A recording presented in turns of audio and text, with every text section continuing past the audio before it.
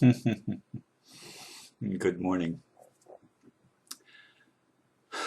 Let me preface the title and blurb by saying that I don't have all the answers and I'm not claiming to. But one of the reasons that I do these videos is to provide an opportunity to think and feel for yourself. I'm not telling you what to think or what to feel, but how does it feel when you're exposed to certain thoughts and ideas and teachings. And I realize that since I'm talking about Abraham, who is well loved in my community, Esther Hicks and Abraham channelings, I realize that I'm going to be stepping on a lot of toes by what I'm going to share today. The title is "The World is Broken, and we are," I forgot the word here, "we are here to uplift it." Let me put here in. I can't believe I forgot to put that in there.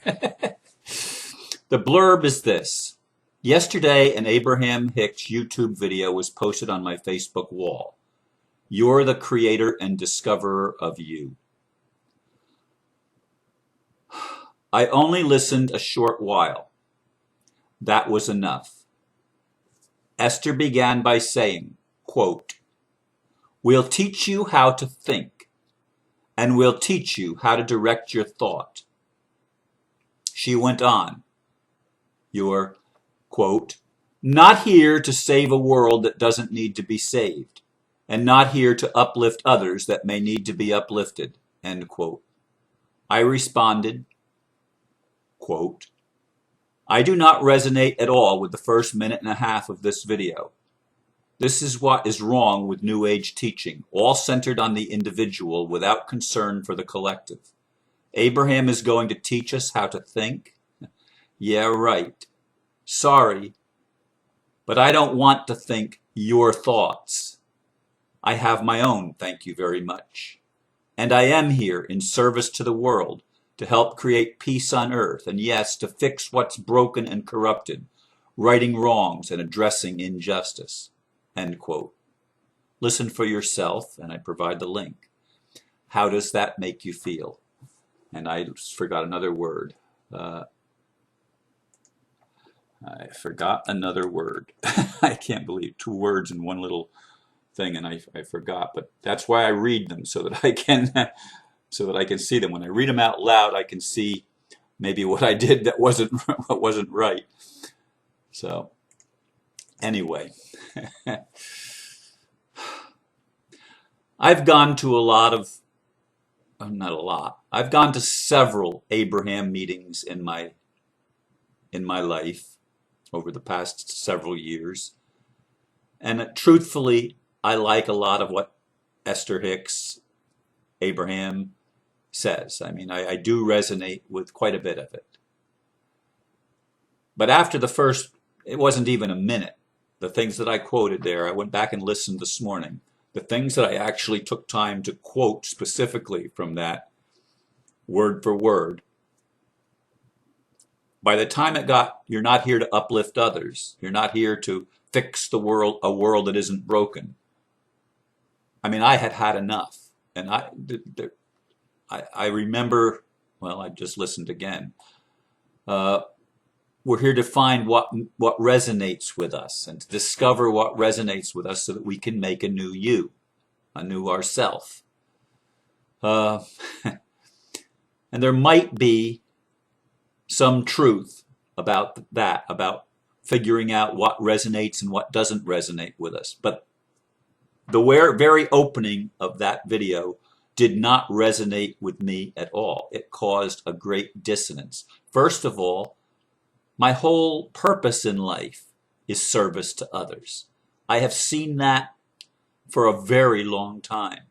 It's why I've done most of the things that I've done in my life in, quote, the spiritual realm, especially the spiritual realm, and truthfully, it's all spiritual. But most of what I've done to serve the greater community. I've done to serve the greater whole. When I accepted the position of Secretary of State in Florida, in the Republic, I saw the handwriting on the wall that they were trying to create a theocracy, but I thought they'd get beyond that. The big leaders at national never did, still didn't, I don't believe. But of course, I've not been involved for a good while. But I did that to serve the greater community because I believe that service to self is what's wrong with the world, not what's right with the world. Service to self is where we've gotten lost. It's how we've become distorted. It's how we've allowed a world to get out of control. It's how we've allowed injustice to become so dominating. I mean, we live in a world that's absolutely, positively sick, completely. And the sickness is provided as a gift to wake us up. I believe that. I know that. I know it's part of the awakening process. But here's a spiritual teacher telling us that the world that we don't live in a world that needs to be fixed. All we need to take care of is number one, take care of yourself, and the world will fall into place. Well, I'm sorry. If that's ever happened, I don't see evidence of it. The world is still broken. The world is still corrupt. It's becoming more corrupt. It has been becoming more corrupt day by day. Now, I think this year we're actually seeing an energetic shift. Now, the things that I look at, the things that I pay attention to, the OPPT and the One People and the collective consciousness or that's not what was Lisa's program last night that I listened to? Anyway, the energy is definitely shifting. And I can feel that, I can sense it. But until the world is fixed, there cannot be peace on earth. And until there is peace on earth, until there is prosperity that can be shared with everyone, until we can each access our value, we will not see a general wake up among the population. And I'm glad I don't have the dragon naturally speaking on the pause or the waiting for a command. It's on off. Otherwise, when I said wake up, it would have started talking or started recording, I should say, or whatever. Anyway, sorry about that. It is about service to others. It's in serving others and in interacting with others and in having relationships with others that we get to see who we are. We get to know ourselves by the reflections and interactions that we have with other people. And that's the most true in intimate relationships, but it's also true in all relationships. Every relationship is a mirror of some aspect of ourself. So getting to know ourselves is important. But that's not the end result. The end purpose is not just to know ourselves. It's not just to serve ourselves. The end purpose is to become the servant of all. Because when you serve all and direct attention away from yourself, you are becoming more able to fit into the collective consciousness and understand your place. Your place is to serve. Yes, it's to know who you are. And in serving, I have often found great joy when it didn't become a task, when it didn't become an obligation. When it became an obligation, it was no longer fun and it was no longer feeding me. But when I was involved and caught up in the joy of just serving, of just giving, even when I was giving to my friend in Canada, I was really, really happy to be able to give.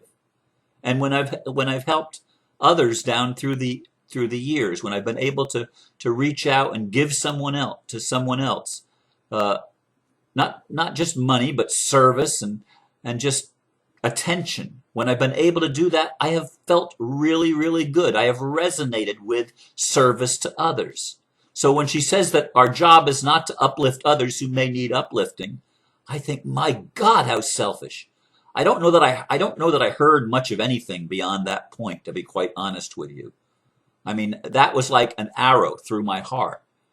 Like that's what she was doing. Like, there's my whole purpose for being. My whole purpose for being is to uplift and to help edify others and to help direct others, not how to think, but to direct others to pay attention to what they're thinking, to pay attention to what they're feeling. And I'm talking to you. I want you to know your own heart, to know your own mind, to know your gut, and to trust your gut, and to follow your inner, to listen for the sound of your own inner drummer and follow that path. It's not about total concentration on yourself, looking into the mirror of, what was it? What's the word that I'm looking for? The myth of the person who fell so in love with themselves and fell in looking at their own reflection that they got drowned. That's not it, folks. That's not it. I see my reflection in other people. I mean, I went for a walk on the beach last evening, and I was almost back to where I was ready to go up off the beach, and two young girls were walking the other way, and one girl put her hand up, and I looked at her with a peculiar look on my face. She says, "Give me a high five." And I gave her a high five, and I says, I was wondering why you stopped me. I thought maybe you recognized me from one of my videos. And she said, "What videos?" And we talked briefly, and she was clueless, but that's okay. My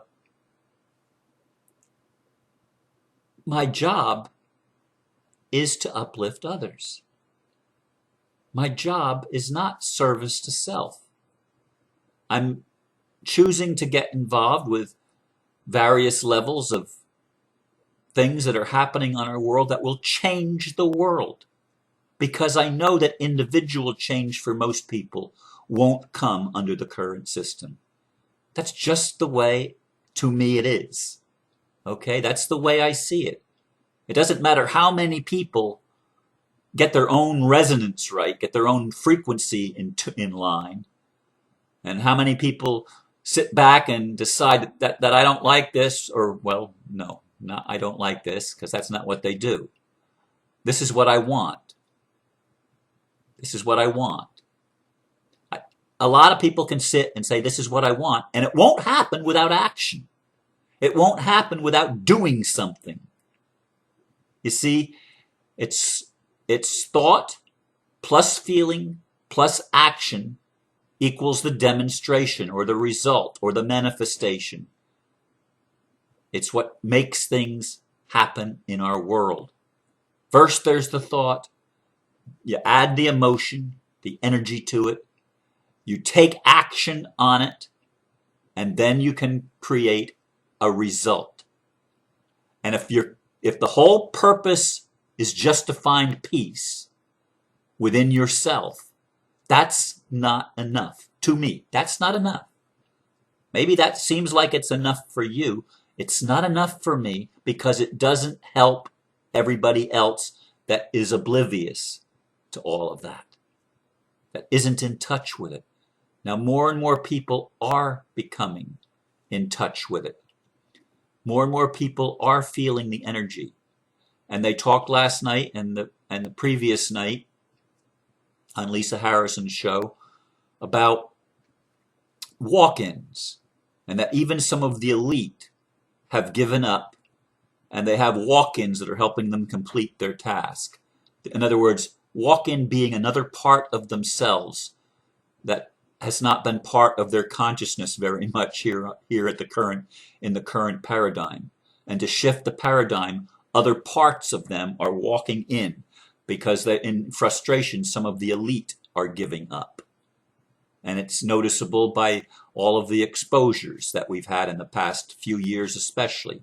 All of the people resigning, all of the people doing crazy things and getting arrested and getting caught with their pants down, sometimes literally.